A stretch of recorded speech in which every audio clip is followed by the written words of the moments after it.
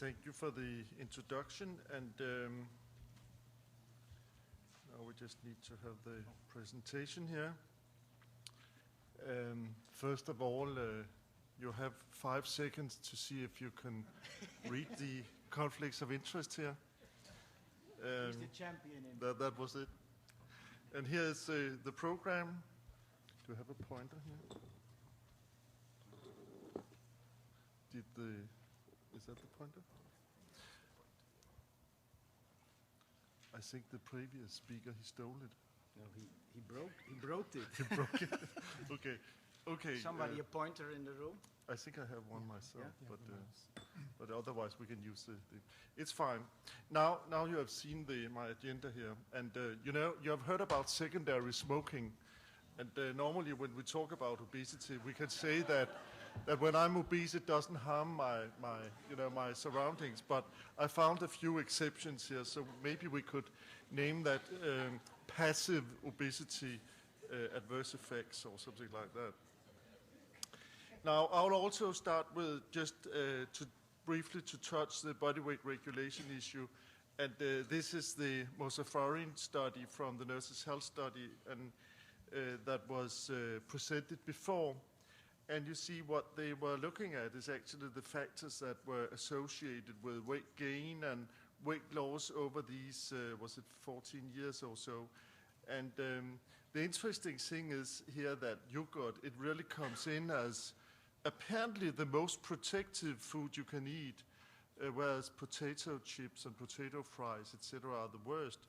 But of course, as Andrew Prentice just alluded to, that it could in reality be just a marker of a healthy diet or a certain healthy lifestyle. So we don't know really what is cause and effect, and therefore we need to jump to the randomized trials.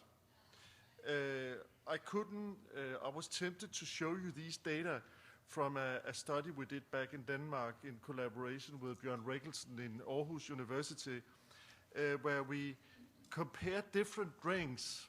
Now, this is not yogurt, but it's milk. And what we did was we randomized people to where we replace their drinks either with regular Coke, Diet Coke, water, or milk. I think it was skim milk, so that it was essentially the same caloric content as regular Coke, but of course with different macronutrients. And after 6 months, there was not really any difference in body weight change or body fat, but we found some very interesting results, because this is the visual adipose tissue measured by MR scan. And what you can see here, that if you drink regular Coke every day, it will increase your visceral fat, which is supposed to be quite unhealthy. Whereas the water and the Diet Coke did not do anything, whereas milk apparently it actually reduced the visceral fat. And if you look at the liver fat, which is something that is really dangerous, and this is just normal people, you can see over 6 months, if they have this amount of Coke, it will increase the liver fat. Now I'm looking for the cursor again here. It seems to disappear all the time. Excuse me, I know normally you don't walk away in the middle of You keep on talking, please. Yeah.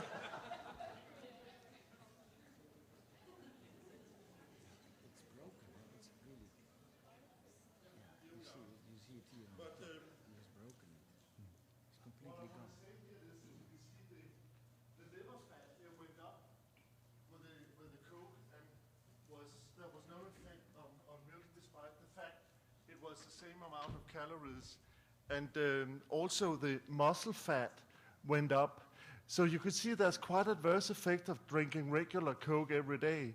And also when you look at the blood pressure, it went up, whereas with milk, it dropped, just like with Diet Coke for some reason. So I think, when we start to look at the body fat distribution, visceral fat, and fatty liver infiltration, which is really supposed to be something that can precede diabetes, it might be quite important. The previous speaker also showed you some of the meta-analysis. There are actually 2 meta-analyses of randomized trials looking at dairy consumption. This is the first one that was published in International Journal of Obesity. And they did not really use exactly the same methodology, because there are, of course, some conditions you can set up when you select the studies and make the quality control. So therefore, I think it's relevant to have more than one. And then these 2 were really done independently. But what you could see here is that they actually found that there was a beneficial effect of dairy on body weight. So there was a slight weight loss, whether it was with energy restriction or it was a randomized trial with energy restriction. So at the end of the day, you could see there was no effect there, but on the total, there was an effect.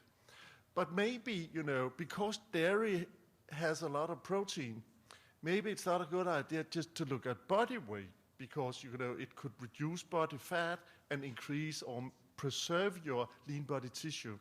So therefore, we actually need to have body composition. And here we have the fat loss. And now you can see if those studies that had the body composition and body fat, you can see there was a reduction in body fat whether or not you had energy restrictions. So I think it really makes sense. And if you look at the fat-free mass, now with more dairy, you actually increased or maintained your fat-free mass better with dairy. So I think it's very important, if you want to address the issue, the importance of dairy and yogurts on obesity, you need to have body composition, because protein is preserving or even increasing your fat-free mass and your muscles. So you can actually, you can be misled if you just look at body weight. So I think this is quite important. And if you look at I think that was the effect with supplementation with dairy products, as you give it as a kind of something you add. It also seemed to have some beneficial effect.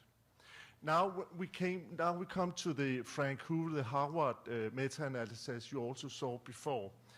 And I think the abstract is a little, to my interpretation, a little misleading, because it's quite negative, say there's no effect, but again, it's just by the body weight, and I think we just agreed upon that you cannot use body weight. But if you look at the analysis of body fat, there is actually, again, the same effect, that you see a reduction in body fat, no effect here in the long-term studies.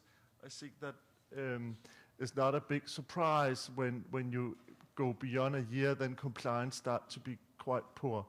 So I think based on these meta-analyses of randomized trials, I'm quite confident that we have a beneficial effect that dairy reduces body fat. And I think it fits quite well with some of the stuff I showed you before, that of course was not included because it was comparing with soft drinks, etc. So I think we already saw that it looks like that yogurt has a probably more powerful effect on body weight, body fat, than the rest of the dairy products. But we really need, I think, to have randomized trials to ensure that this is the case. And I think we probably have a need for more randomized trials where we address the effect of yogurts on body fat. Now, I also want to go a little bit into the importance on cardiovascular disease of dairy and yogurts and saturated fat that is in dairy. And again, I just want to emphasize that, of course, the observational studies are important to give us some ideas and clues, but, due to confounding it, etc., you will never be able to draw causal conclusions. You can just find associations, whereas you really need the randomized trials to find cause and effect. And you, in particular, need the meta-analysis where you put them all together. So there's a little risk that I'll just bring some up that fits with what I am a believer of. So if you look at this is also from Walter Willet's group, where they looked at that the observational data linking milk and dairy consumption with cardiovascular disease and all-cause mortality. And they actually found that there was a small beneficial effect of around 6% on cardiovascular disease, whereas they did not find any effect on all-cause mortality. And you could say that the beneficial effect is that, or the good thing is that there was no increased mortality. There are people who actually think that dairy is very dangerous for you, but I think even when Walter Willett is unable to show it, it must be true. But if you look at some of the observational studies that have actually tried to use biomarkers of intake, I think one of the problems we have with observational data is it's self-reported, and we really don't know how good it is to give a representation of what people have been eating over extended time. So therefore, the use of biomarkers such as in plasma phospholipids, it's a way to have some objective idea about what people are eating. And I took this out because I think it's interesting to see that in this study they found that particularly the fermented dairy products such as yogurts and cheese seem to have a protective effect. So there are some clues just in extension of what we heard in the previous presentation. Now, one of the things I've been telling back in Denmark for at least 20 years, that you should also always choose the low-fat versions of the dairy products, because it's saturated fat, and saturated fat is bad for your heart. And but it really looks like that we have started to revise this view, really. And I must say that just to give you a little background, you know that industrial produced trans fat is really the dangerous fat, because it increases the lousy LDL and it decreases HDL. So this is really the industrial produced. But saturated fat, of course, will increase LDL, but it will also increase HDL, whereas unsaturated are doing the opposite.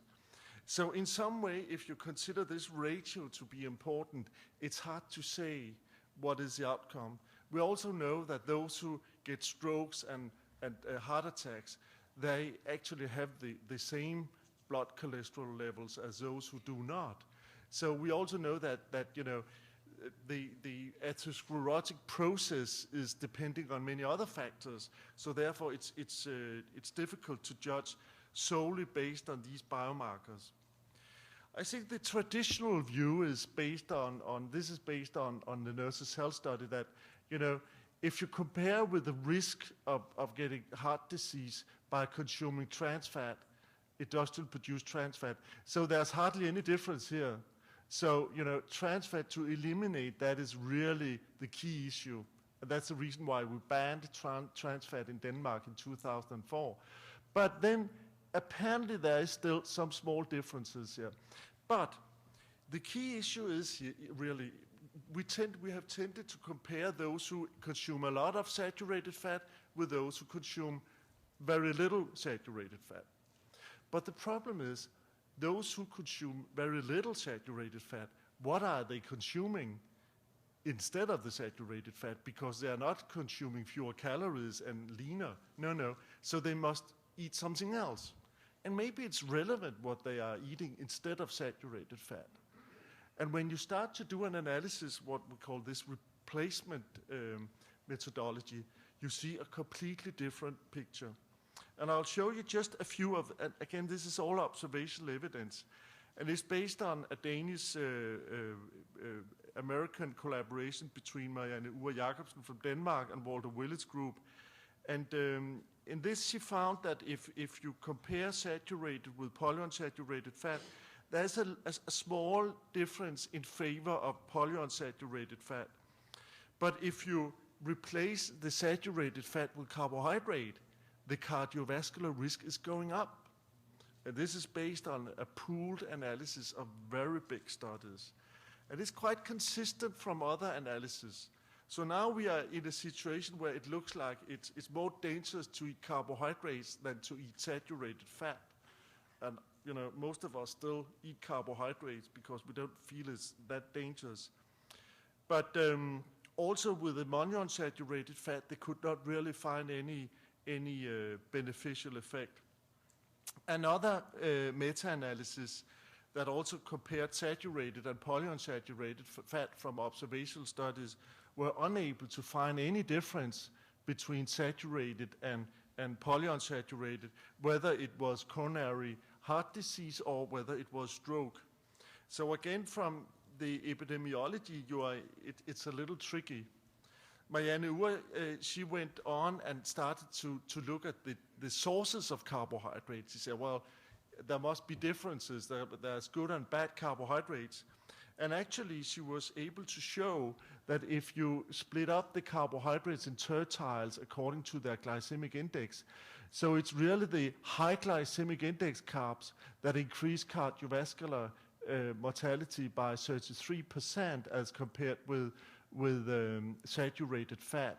Whereas if you choose the low GI, it's probably mainly the whole grain ones, you achieve a slight reduction. This is not significant, so it could easily just be the same as what it could be one, so it could be the same as that. But if you really, the higher risk of carbohydrate can really be attributed to the high glycemic or the more refined carbs.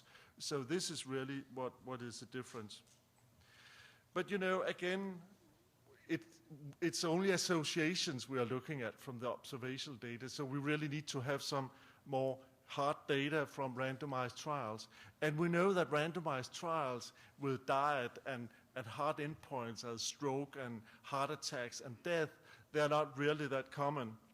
But recently, here just a couple of months ago, here there was this update on the Sydney Diet Heart Study, which actually was a randomized trial between a typical diet with high saturated fat and then N-6 diet enriched with oils with safflower oil.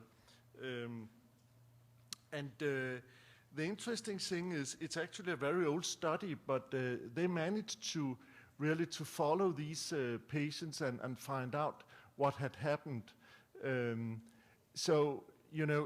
was really, they replaced the saturated fat with N-6 linolenic acid from safflower oil and an enriched margarine. So that was a very good control because they got these products free of charge.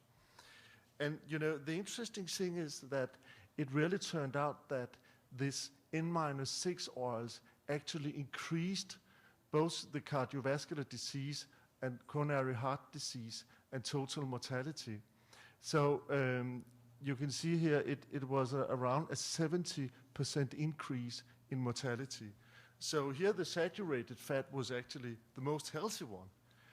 When I saw that, I would say, wow, I'm a little skeptical. It's only 400 patients. Of course, it's highly statistically significant, but it's not a big study.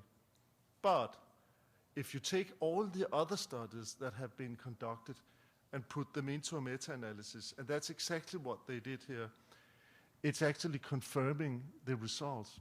So here you will see exactly the same with the 4 studies, that you get an increased risk with N-6, whereas if you mix N-6 with N-3, you get a small reduction in cardiovascular risk.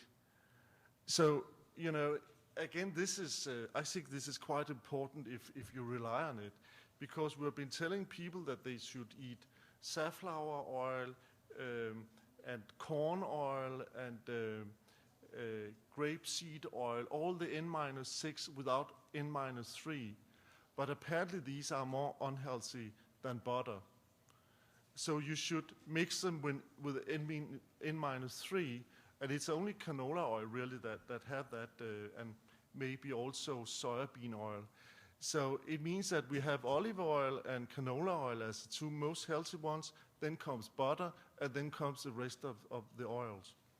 And I cannot really find some weaknesses apart from I would love to have some more studies, of course. All scientists would like to have more studies. Now, well, this is just to give an indication of the different oils, but I'll happy to, maybe we can discuss this afterwards. Now, when we are talking about yogurt and the health effects, how are they exerted? Because now we have been discussing some fats, etc. And we also heard earlier today that the microbiota might be quite important, and that's really what distinguish, normal dairy products with the fermented ones as yogurts and cheese. And we actually did some studies with yogurts way back. You can see it's from 1990, with strains of Enterococcus faecium and 2 strains of Streptococcus thermophilus way back. And we did some studies in Denmark. It was really an important product with yogurts. And it ended up that all the studies did not really show exactly the same. So we did a meta-analysis. Here you can see it's the individual studies. And some of them showed significant benefits on LDL cholesterol and total cholesterol, whereas there was 1 or 2 that did not really come out.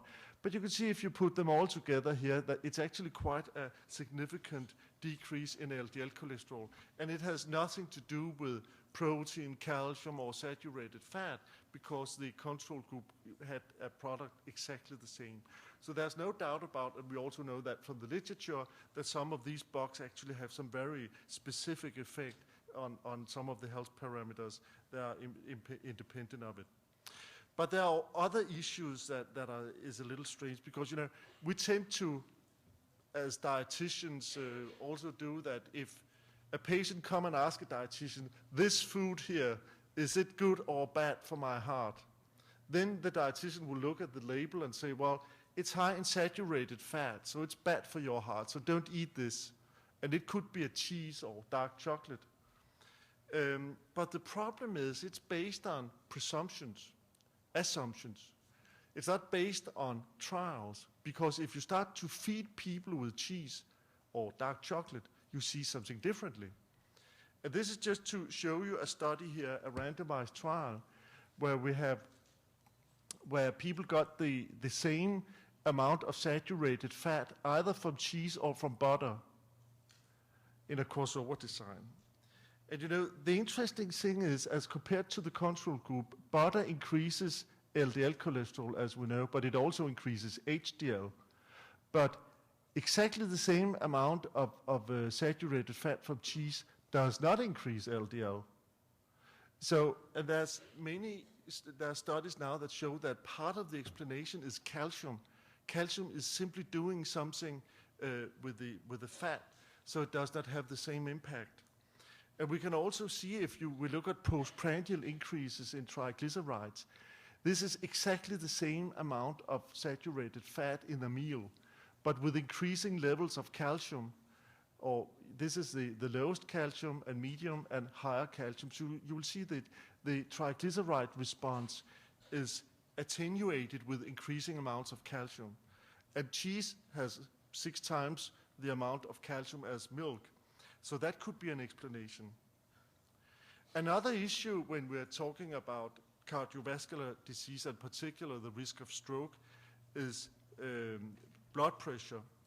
And meta-analysis also show that generally that dairy products reduce blood pressure.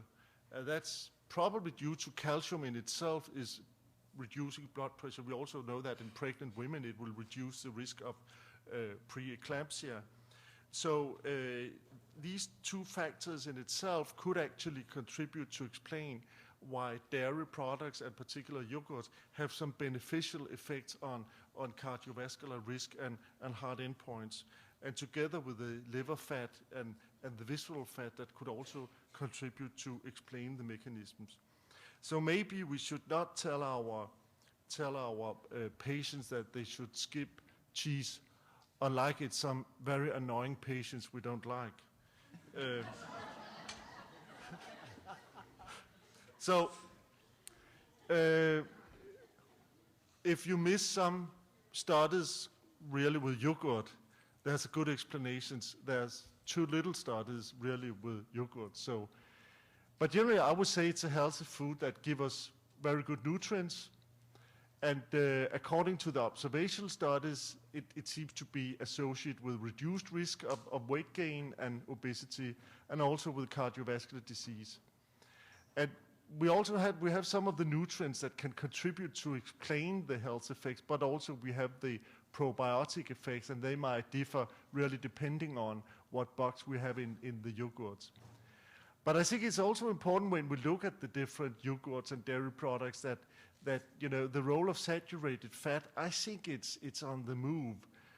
I see very little good evidence really to maintain the view that saturated fat is really dangerous. I think after we got rid of the trans fat from industrial products, it's much of it has gone. I think we should also start to look much more at food products. Instead of doing extrapolations from the food labels, because every time we are testing foods, they do not behave as we had expected. So much more research now, both in the epidemiological field and in the mechanistic and the intervention study area, are actually using foods now, because that's really what we are interested in. And it is so difficult to predict the nature and biology of foods. There's too many components in it. So no, this is that was my final. This is a backup slide when France is coming with a question. So I have the next here.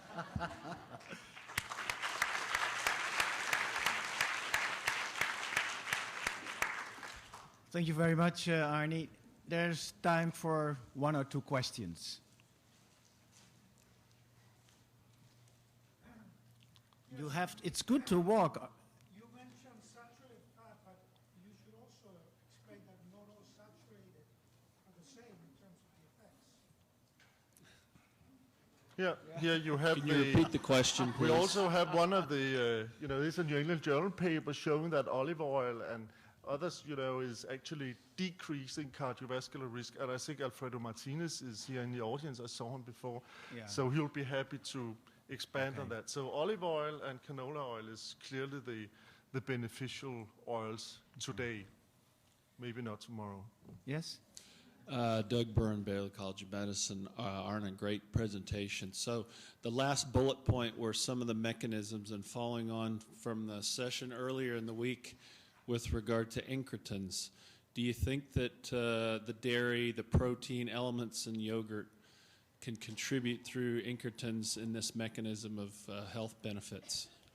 Yeah, that's true. We actually have a paper in publication that show that a specific bacterial strain seemed to stimulate GLP-1 release and also increase satiety. So it's definitely one mechanism, but you know how it's exerted. Is it a direct effect, or is it some product produced by this bacteria that stimulated? We don't know.